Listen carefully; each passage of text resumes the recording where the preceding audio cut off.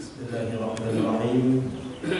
Assalamualaikum warahmatullahi wabarakatuh. Alhamdulillah al-afur al-ghafur ar-rahuf asy-syakur alladhi waffaqa man arada hidayatahu li mahasinil umur wa makasidil ujur fa'amilu fi hayatihim أعمالا صالحة يرجون بها تجارة لن تبور. أشهد أن لا إله إلا الله بيده مواقيت الأعمال ومقادير الأمور، وأشهد أن سيدنا ونبينا محمدا عبده ورسوله الداعي إلى كل عمل مبرور. اللهم صل على سيدنا محمد وعلى آله وأصحابه أجمعين. أما بعد، وقد قال الله تعالى في القرآن الكريم وهو أصدق القائلين: أعوذ بالله من الشيطان الرجيم. بسم الله الرحمن الرحيم. لكي لا تأسوا على ما فاتكم ولا اتق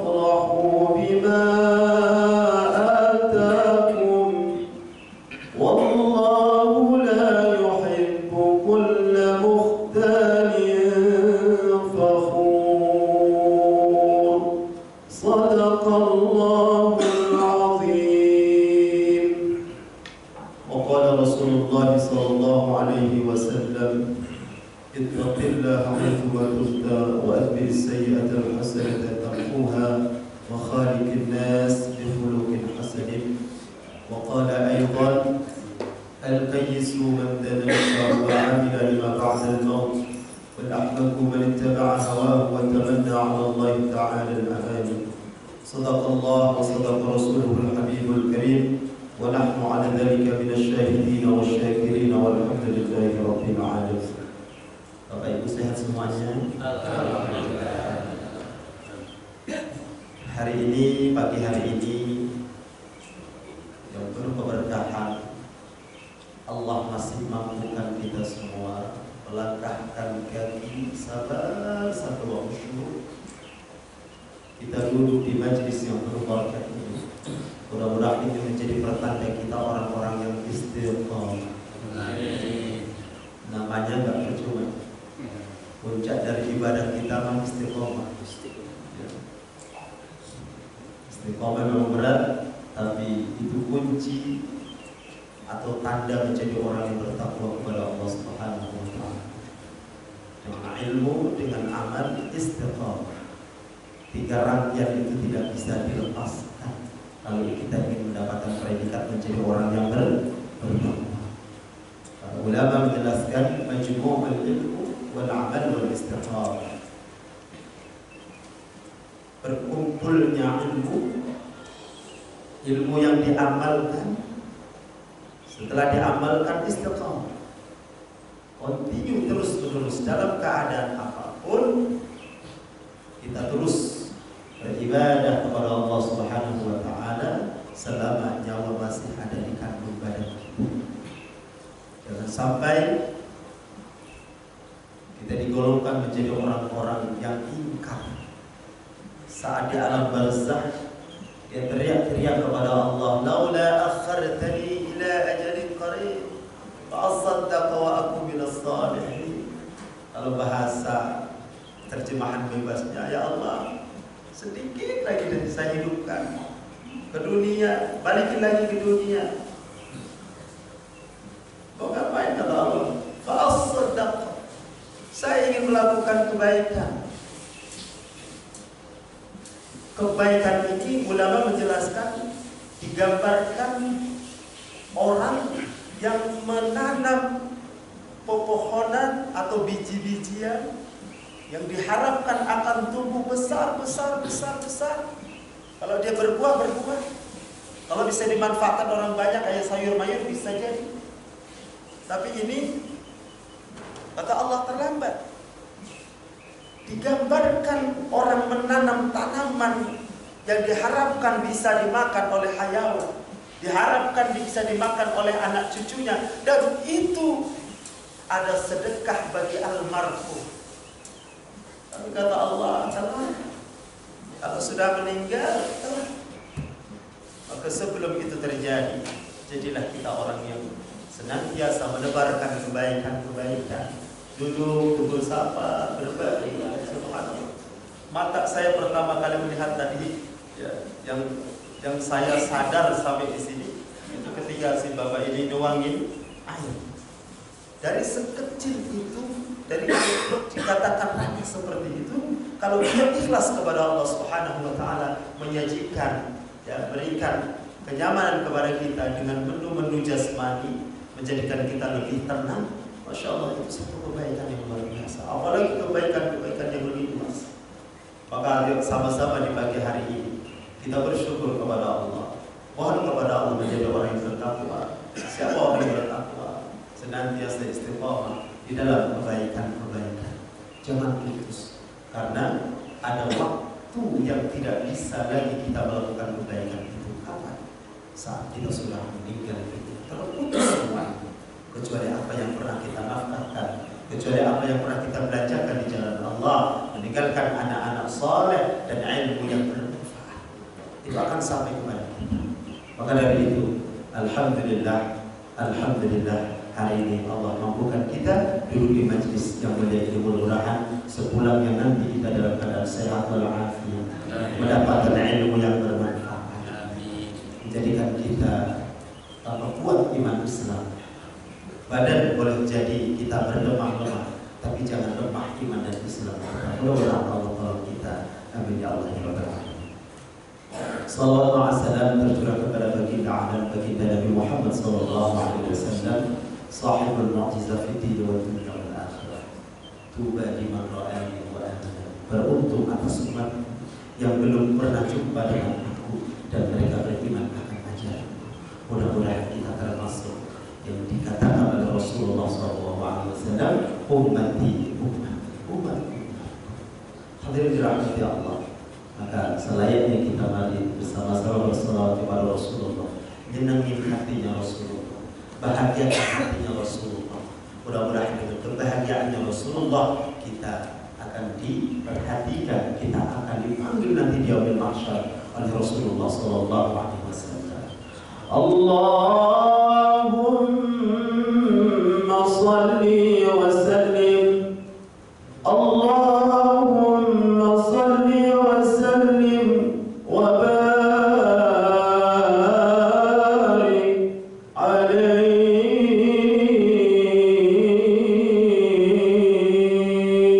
sallu alaihi salatullah.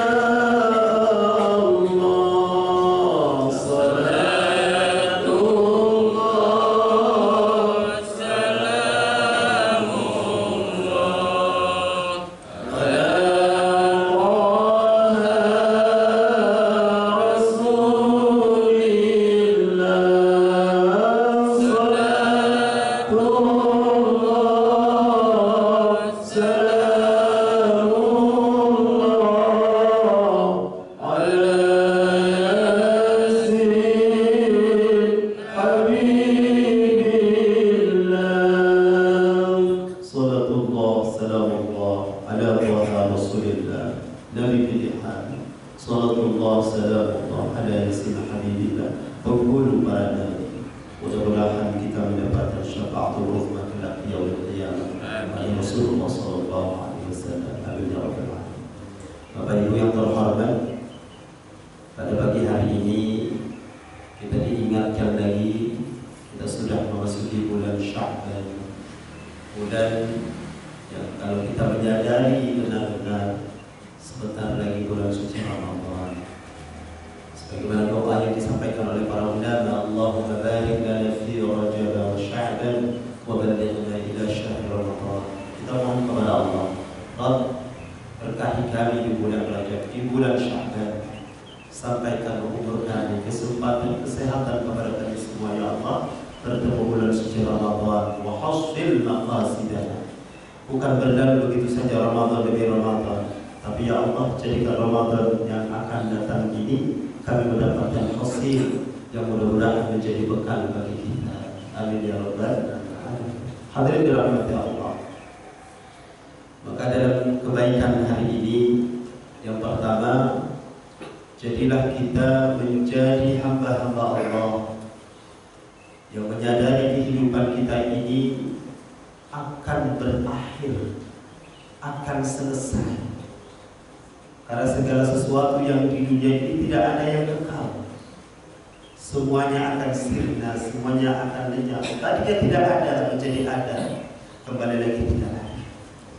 Itulah dunia. Maka dunia sesuatu yang sejenak sebentar. Kenapa sejenak sebentar? Rasanya 20, 30, 40 tahun yang lalu kita masih muda, baru beranak satu, nambah, punya rumah, punya jabatan, dapat jabatan, terus sampai saat ini ya Allah rasanya baru kemarin. Itulah dunia.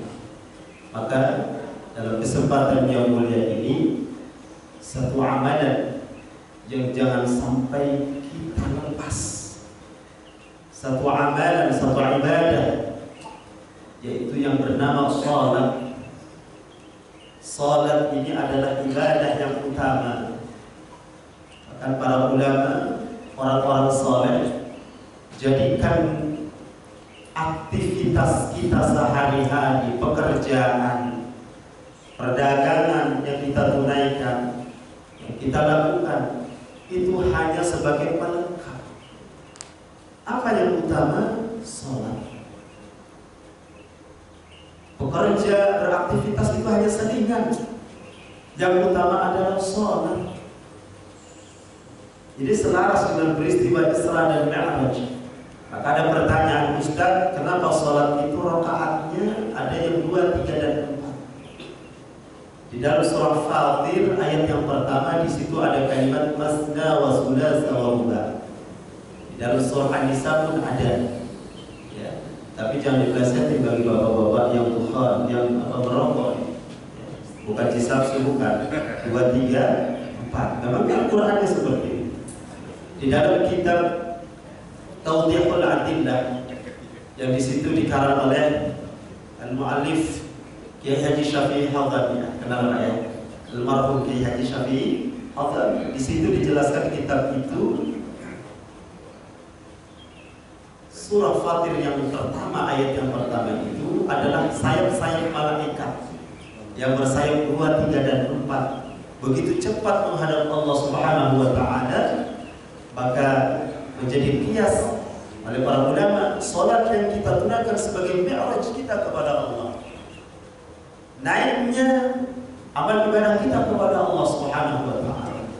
Tapi saya tidak mengatakan Allah itu punya tempat. Allah tidak punya tempat karena Allah yang menciptakan tempat. Tapi itu menjadi gambaran yang namanya sayap. Ya, itu kan difungsikan untuk berterbang, ya, melambung setinggi-tingginya. Dan malaikat-malaikatnya Allah itu bersayap 2 dan 3 dan 4. Maka digambarkan oleh para ulama itu salat-salat yang kita tunaikan akan sampai kepada Allah. Sebagaimana malaikat begitu cepat dengan sayap-sayapnya 2 di dalam salat kita subuh namanya. 3 rakaat salat maghrib, 4 rakaat ada zuhur, asar dan isya. semua adalah anugerah dari Allah yang dititipkan kepada ulama-ulama yang bisa mengungkap hikmah-hikmah ayat-ayat suci Al-Quran. Artinya ibadah yang kita tunaikan ini bukan sembarangan. Maka dikatakan ibadah yang utama salat. Maka kita ingat bagaimana baginda Nabi Muhammad SAW detik-detik akhir hayatnya mengkhawatirkan kita semua, memikirkan bagaimana umatnya nanti. Maka di kalimat menjelang akhir hayatnya, ummati, ummati, ummati as-salat. Salat. Karena sholat itu selain daripada mencegah perbuatan keji dan munkar, sholat itu menjadi solusi seluruh kebaikan kebajikan. As-salatu miftahu min kulli khair. As-salatu imaduddin. As-salatu miftahu min kulli khair. Sholat itu tiangnya agama. Saya terfikir, ya Allah, bisa jadi karena kita termasuk orang-orang yang melalaikan sholat kita, sampai berulang-ulang agama kita dilecehkan. Kalau saya tidak terfokus kepada yang lain, ini menjadi pelajaran bagi kita. Jangan-jangan diri kita baru sekedar menjalankan sholat, belum mendirikan sholat. As-salatu ibadah. Karena sholat itu menjadi tiang kokohnya agama. Kokohnya agama itu diawali dengan sholat. Karena dengan sholat ini para sahabat langsung dididik oleh Rasulullah SAW dan menjadi satu kekuatan, baik itu bersosial, bermasyarakat maupun secara pribadi. Barometernya adalah sholat. Dan sholat itu menjadi seluruh pembuka seluruh kebaikan-kebaikan di dunia wal akhirah. As-salatu miftahu min kulli khair. Dan sholat itu menjadi miftah, kunci pembuka seluruh kebaikan-kebaikan di dunia dan kebaikan di akhirat. Wallah, demi Allah, demi Rasulullah SAW, orang-orang yang betul-betul menunaikan ibadah sholatnya, maka kehidupannya itu lebih terarah. Menghadapi ujian cobaan, karena kita orang beriman pasti diuji, dicoba. Jadi kita tidak bisa melepas diri dari ujian cobaan, karena hidup bagi orang beriman kepada Allah itu pun pasti penuh dengan ujian. Kenapa diuji? Untuk menunjukkan kualitas. Sebagaimana seorang tukang pandai besi menempa besi yang biasa menjadi dibentuk, menjadi golok, menjadi alat, ditempa terus. Apalagi kita pernah melihat bagaimana orang membudidayakan mutiara, diproses sedemikian lama, kesabaran, kegagahan, semuanya berproses. Sampai kita duduk kayak begini pun berproses. Waktu lahir, ya, baru bisa merangkak, sudah mulai berdiri, jatuh, berdiri, jatuh, sampai kekar kaki kita, tegap kaki kita, bisa melangkahkan kaki, mencoba untuk lari. Terus Allah anugerahkan kepada kita berbagai macam kemampuan, tapi semuanya berproses. Maka ujian dan cobaan itu dipastikan akan kita rasakan. Maka solusi dalam kehidupan kita ini, sejauh dan sekualitas apa sholat kita kepada Allah Subhanahu wa Ta'ala, ibarat dia sebagai tonggak atau tombak yang ditancapkan, orang yang betul-betul menunaikan sholat itu akan lebih kokoh, lebih kuat menghadapi cobaan dan ujian. Hadirin dirahmati Allah, apalagi di zaman-zaman sekarang seperti ini, kita hampir-hampir tertipu mata kita, atau bahkan bisa jadi kita sudah tertipu ya, dengan ramaian keriuhan yang kadang diri kita nggak tahu apa persoalan dan permasalahan, tetapi kita dengan mudah ikut-ikutan. Ketika ditanya, nggak tahu, pokoknya rame-rame saja kayak begitu. Nah, orang yang betul-betul menunaikan mendirikan sholat itu, dia penuh kehati-hatian. Falyakul khairan, dia ngomong pasti yang baik. Auliyasmut, atau dia. Itu tanda kita menjadi orang yang bertakwa, beriman kepada Allah dan yakin adanya hari pembalasan. Ngomong yang baik atau dia. Titik. Karena kalau kita mengingat-ingat betul saat kita mengantarkan saudara-saudari kita, keluarga kita ke alam barzakh, kita turun itu ke liang kubur, ya, pelan-pelan dibuka wajahnya, diciumkan wajahnya ke tanah. Bagi yang hatinya nyampe hidayah sampai kepada kita, hati kesombongan yang ada pada diri kita, keangkuhan itu akan rontok. Maka betul sabda Rasulullah SAW,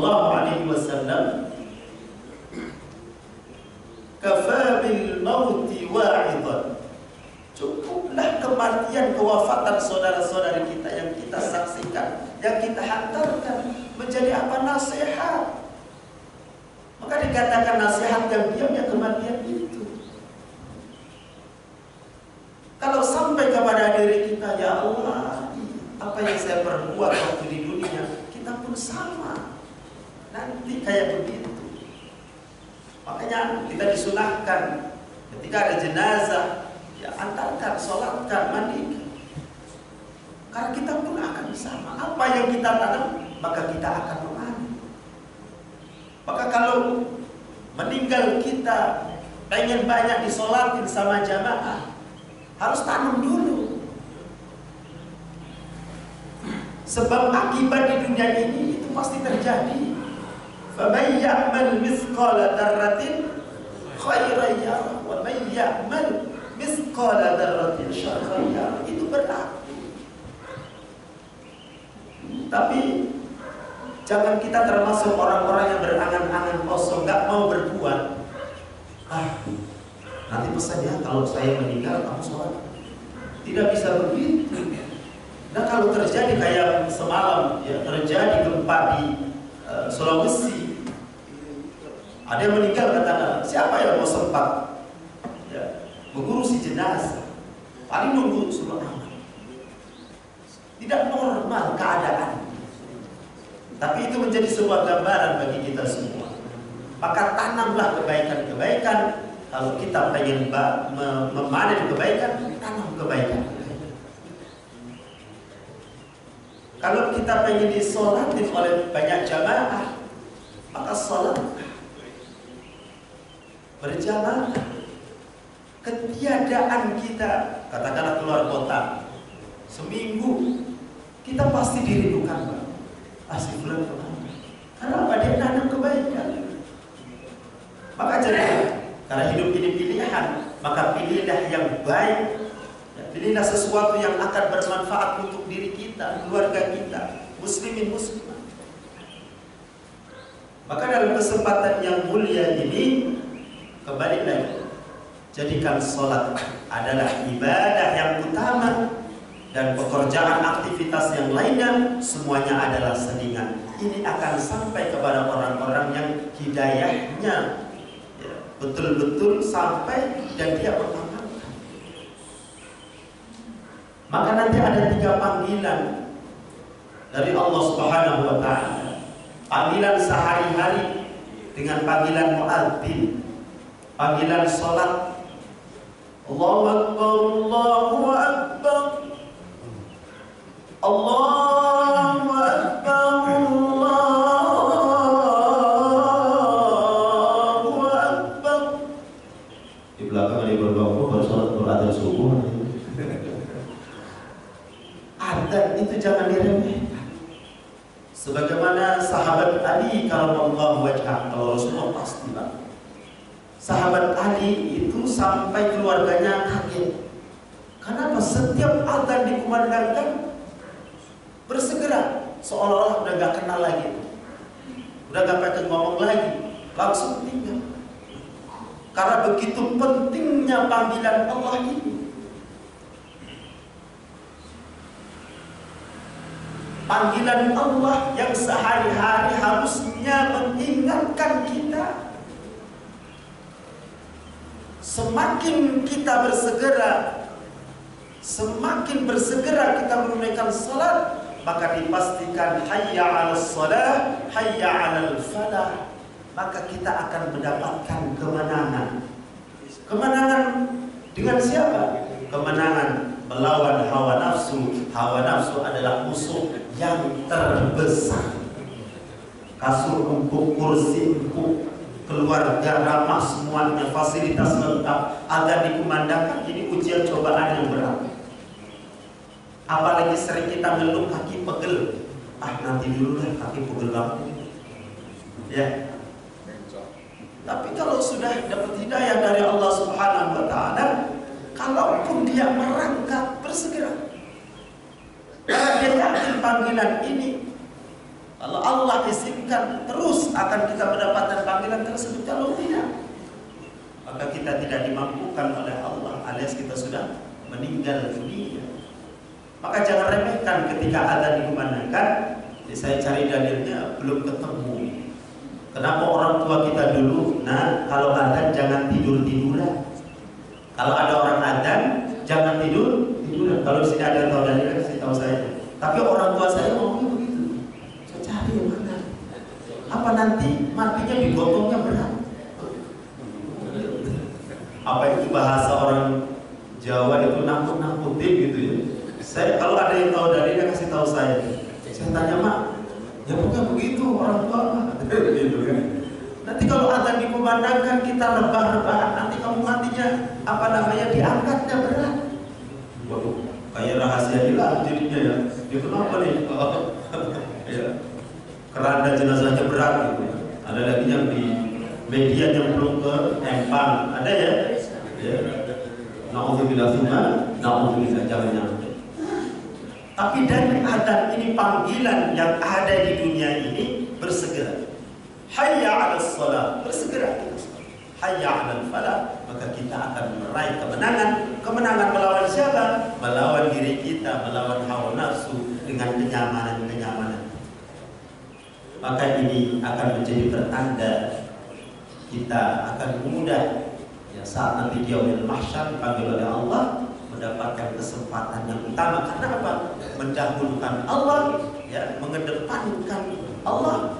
Maka kita pun akan diberikan fasilitas VIP gitu ya, oleh Allah Subhanahu wa Ta'ala. Wong kita kerja nih sama bos gitu ya, sama pimpinan kita ini, kalau dipanggil sigap, cepat. Saya yakin itu orang bisa naik cepat itu jabatannya. Kenapa? Bagus. Apalagi kepada Allah.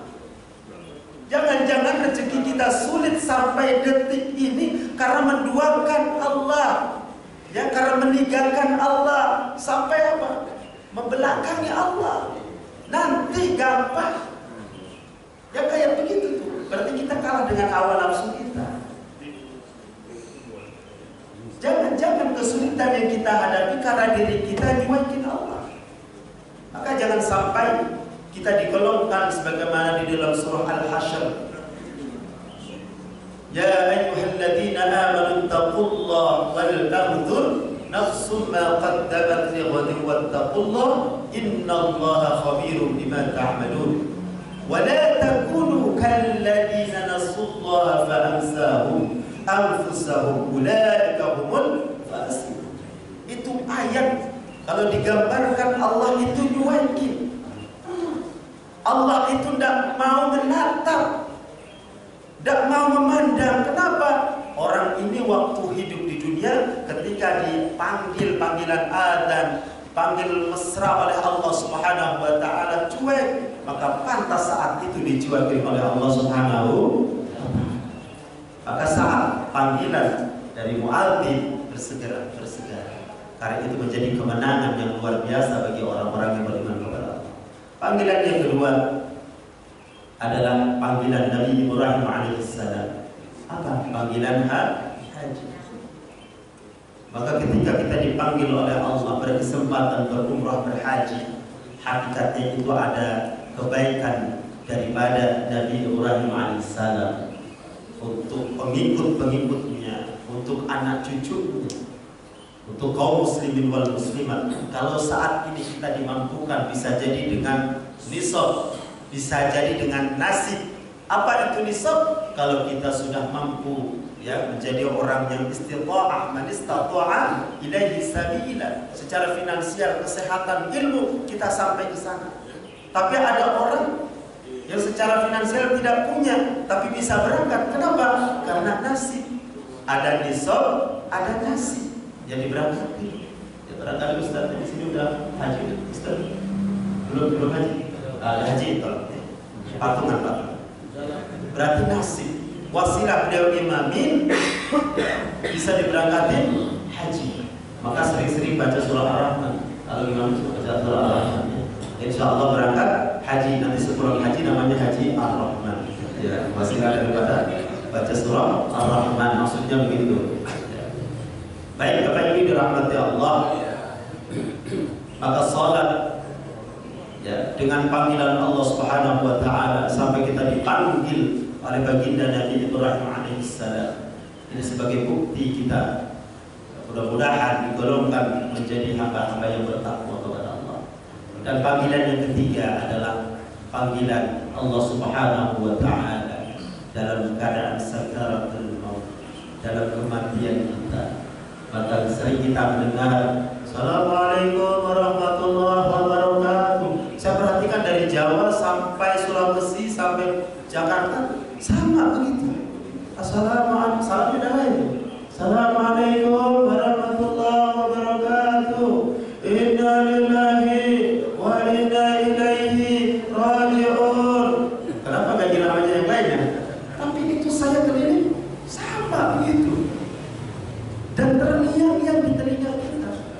Bayangkan saat kita pertama kali mendengar, dan berapa puluh kali masjid ini, ratus kali memanggil panggilan, mengumumkan, dan itu pada gilirannya adalah kita.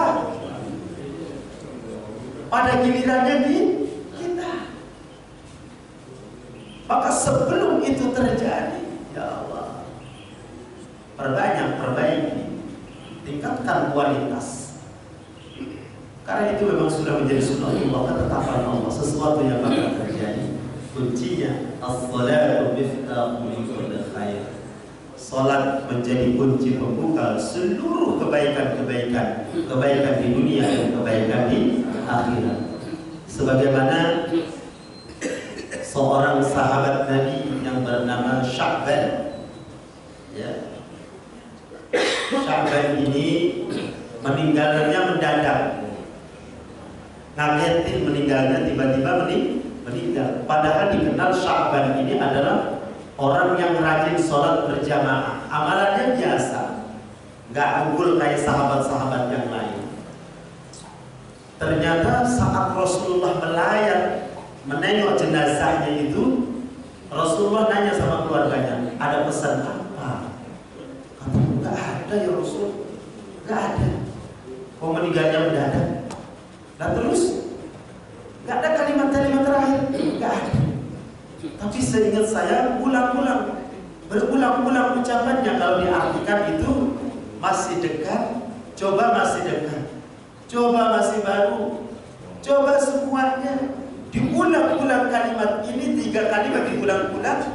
Coba masih baru, coba coba masih dekat, masih baru, dan semuanya. Dan ternyata Rasulullah dengan mukjizatnya melihat kenapa Sya'ban ini berucap berulang-ulang sedemikian. Dan rupanya Sya'ban ini satu ketika akan sholat subuh berjamaah. Tiba-tiba ada orang yang lebih tua, jalannya pelan. Etika dalam Islam, akhlak yang dicontohkan oleh Nabi, kita yang masih muda nih, itu nggak boleh mendahului yang lebih tua tanpa izinnya, atau kita meminta izin.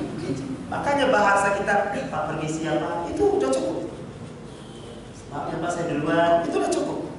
Yang nggak boleh apa? Selonong aja. Tapi Ustadz kalau naik motor, ceritanya lain naik motor. Paling buru-buru kan. Ini ceritanya kondisinya orang mau sholat. Ya. Di hadapannya ada orang yang lebih tua. Lalu rupanya Sya'ban karena mengagungkan akhlak Nabi Muhammad SAW mencontohi apa yang dicontohkan oleh Nabi. Ada cara yang ditemukan apa? Kalau saya mendahului saya nggak enak, walaupun boleh izin. Akhirnya apa? Digendong. Padahal sudah semakin dekat masjidnya digendong.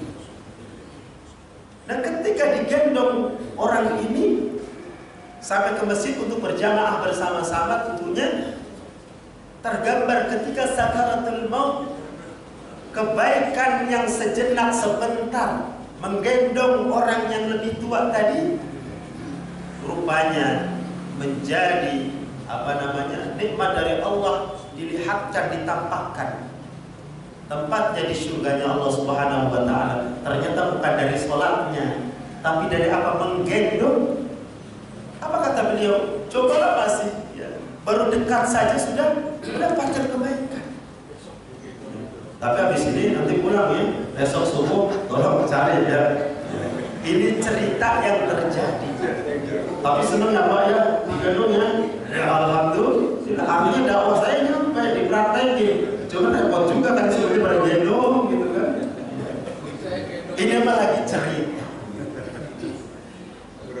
Hadirin dirahmati Allah. Sepulang dari masjid, Sya'ban punya aktivitas. Ya. Punya aktivitas, yaitu pergi ke pasar. Dia tukang panggul. Hari itu nggak banyak yang dia dapatkan. Dan rupanya dalam perjalanan Sya'ban ini mendapati orang yang lebih menderita, nggak punya pakaian yang layak kedinginan, diberikan mantelnya. Setelah diberikan, berterima kasih.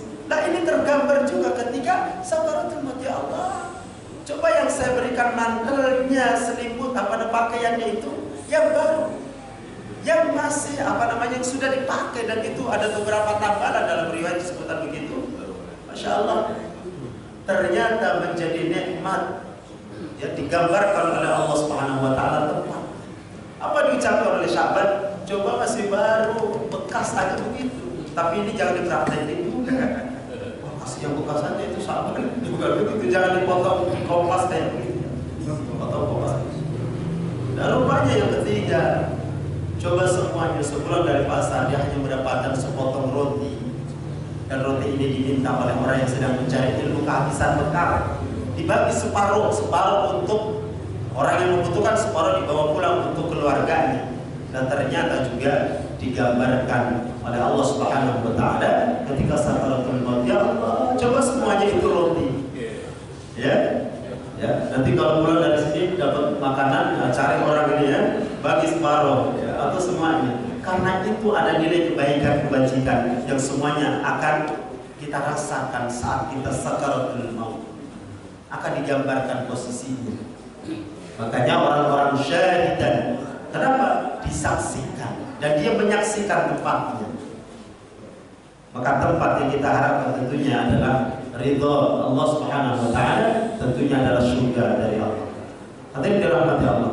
Maka ini kalau kita ceritakan, kita simpulkan dari cerita ini, ternyata Sya'ban adalah orang yang gemar sholat berjamaah. Dengan satu cerita, satu sesi cerita itu beliau melakukan kebaikan yang dianggapnya remeh. Tetapi apa kata Rasulullah SAW?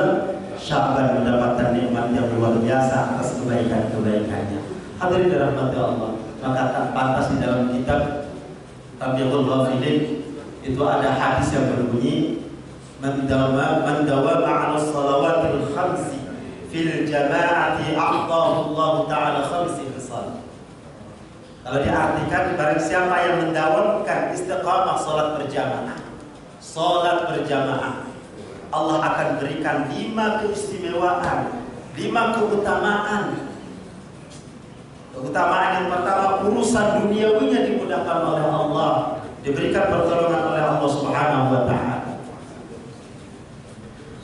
Dan yang kedua adalah orang ini senantiasa diberikan ketakwaan, kekokohan iman. Islamnya kokoh. Yang ketiga, ketika sakaratul maut, sebagaimana doa kita, Allahumma inna nas'aluka salamatan fid din wa afiyatan wa ziyadatan wa barakatan wa taubatan wa rahmatan. Rahmat. Apa itu rahmat? Pelan sayang. Malaikat nyabut nyawanya itu pelan-pelan.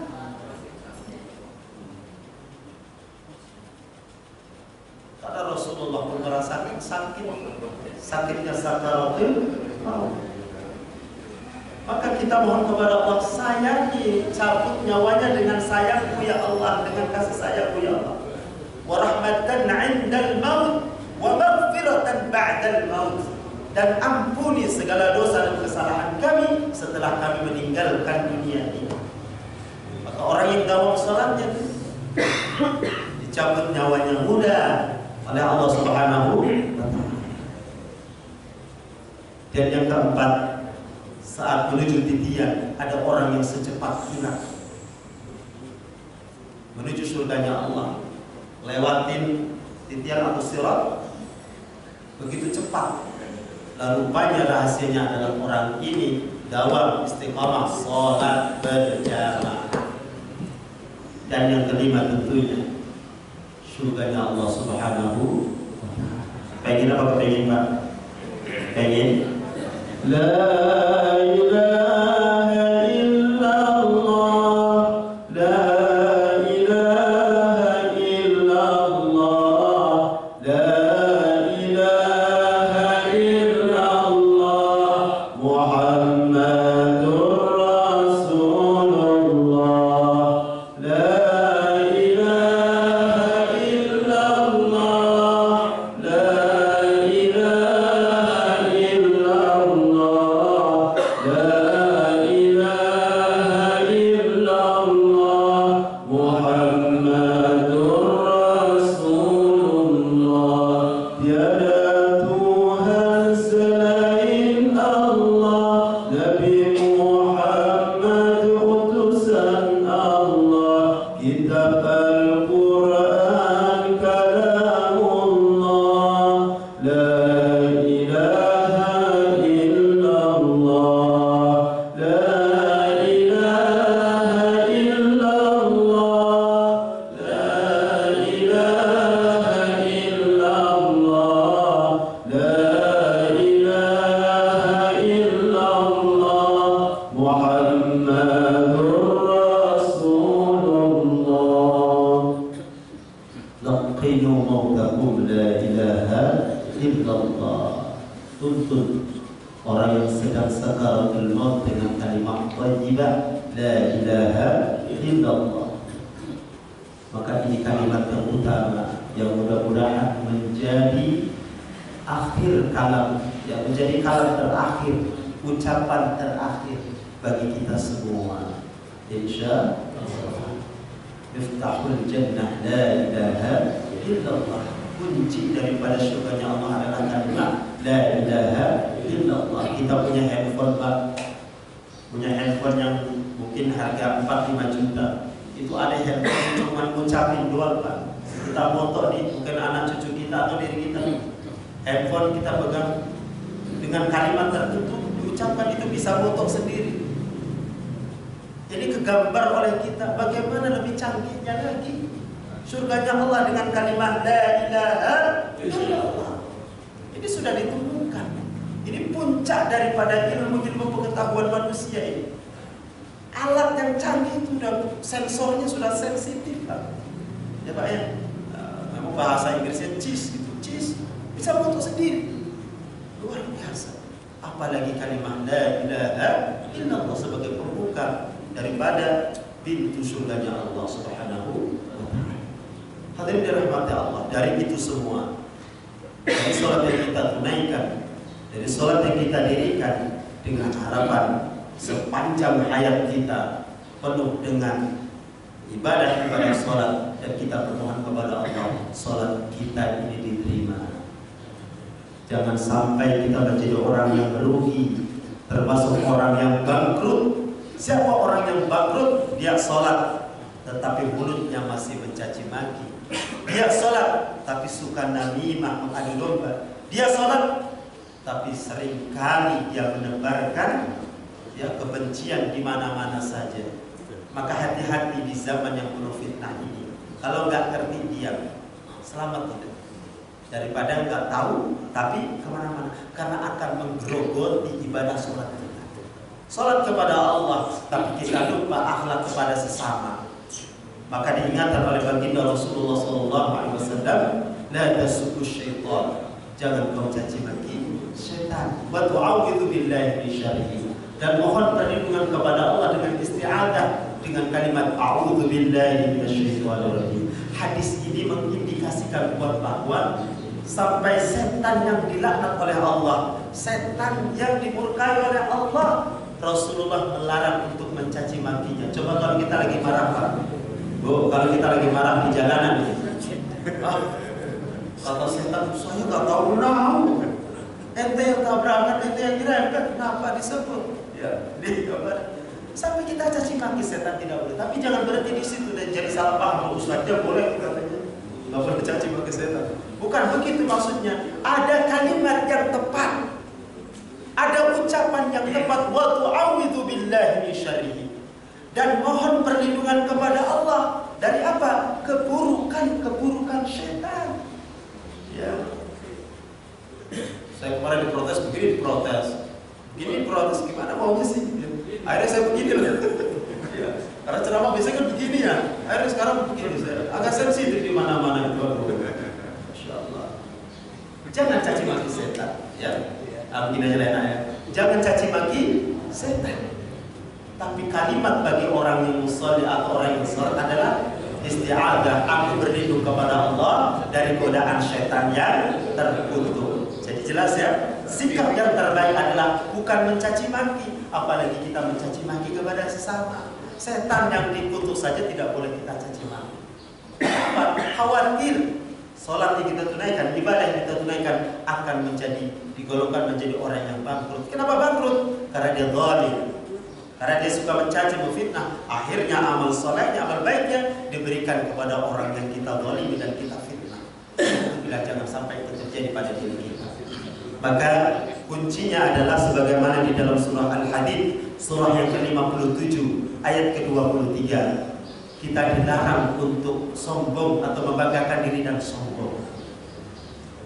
Ini sikap ini harus kita miliki, Bapak. Jadi poin pada pagi hari ini, Allah Subhanahu wa taala, saya mengutip di dalam Al-Qur'anul Karim, Allah Subhanahu wa taala berfirman, "Likai la ta'sau 'ala ma fatakum wa la tafrahu bima atakum, wallahu la yuhibbu kulla mukhtalin fakhur."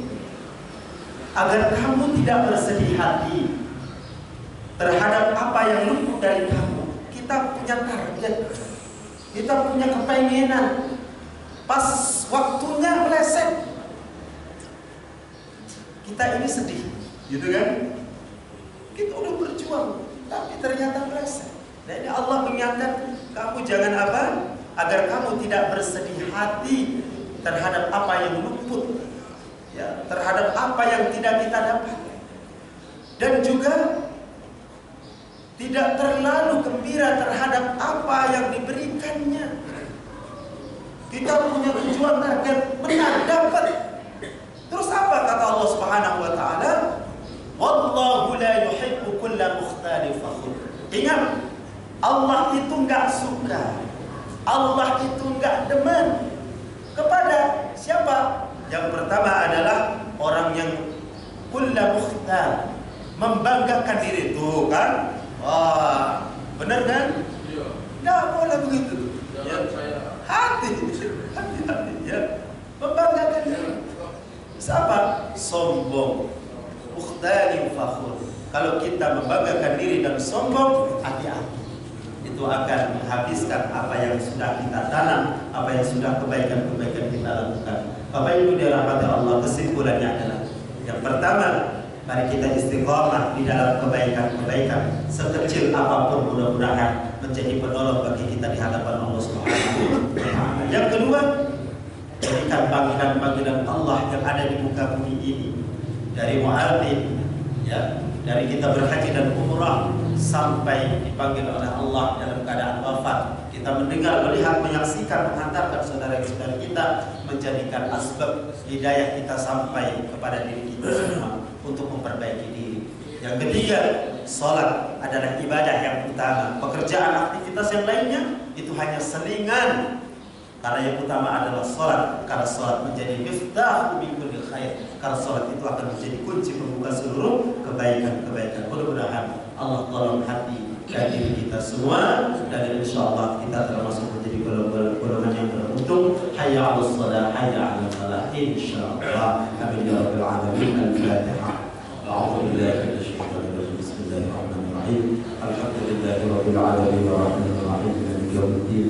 إياك نعبد وإياك نستعين اهدنا الصراط المستقيم صراط الذين أنعمت عليهم غير المغضوب عليهم ولا الضالين. استغفر الله العظيم والصلاة والسلام على أشرف الأنبياء والمرسلين وعلى آله وأصحابه أجمعين. الحمد لله رب العالمين حمد الشاكرين حمد الناعمين حمد يوافي نعمه ويكافئ مزيدا. يا ربنا لك الحمد كما ينبغي لجلال وجهك الكريم وعظيم سلطانك. اللهم اغفر لنا ولوالدينا وارحمهم كما ربونا صغارا ولجميع المؤمنين والمؤمنات والمسلمين والمسلمات الأحياء منهم والأموات.